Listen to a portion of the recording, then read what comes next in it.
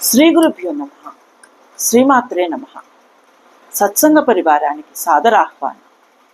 జగన్మాత అనుగ్రహంతో ఈరోజు మనము జగద్గురు శ్రీ శ్రీ ఆదిశంకరాచార్య విరచిత సౌందర్య లహరి స్తోత్రంలోని 26వ శ్లోకాన్ని సూక్ష్మంగా తెలుసుకునే ప్రయత్నం చేద్దాం.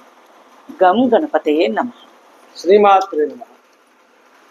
విరంచి పంచత్వం వ్రజతి హరిరాప్నోతి విరతిం వినాశం కీనాశో భజతి ధనదో యాతి నిధనం వితంద్రి మాహేంద్రి వితతిరపి సమ్మేళత దృశా మహాసంహారేస్మిన్ విహరతి సతి పతతి రసౌ. శ్రీమాత్రే నమః.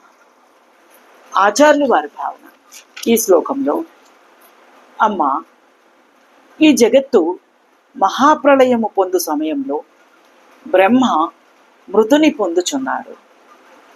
విష్ణువు ఉపరతిని అనగా శాంతిని పొందుచున్నాడు.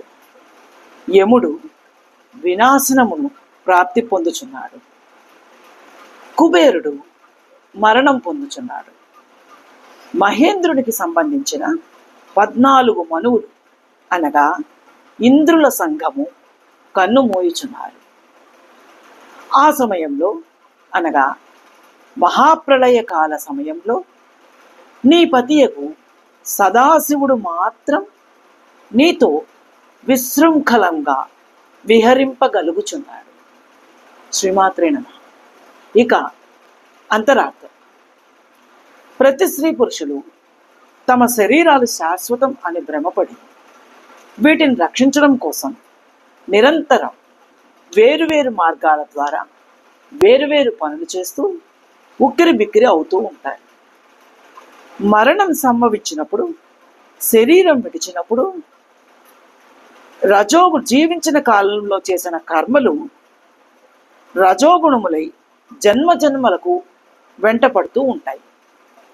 ఒక్క శ్రీమాత నామస్మరణే జేయం అని ఏ కోరికలు లేకుండా చేసే శ్రీమాత ధ్యానం వలన జీవులు ప్రశాంత చిత్తులై దేహమును విడిచిపెడితే ఆయా జీవులు సదాశివతత్వంతో నిత్య ఆనంద స్వరూపులై ఉండగలరని ఈ శ్లోకం అంతరార్థం.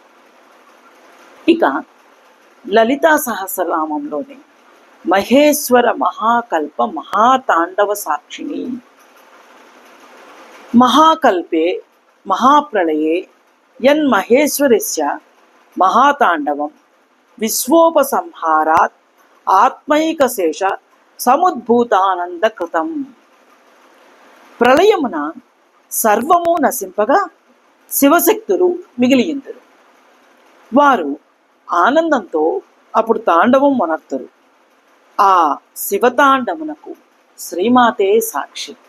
జగన్మాత అనుగ్రహం మనందరి మీద కలుగుగాక. శ్రీమాత్రే నమః.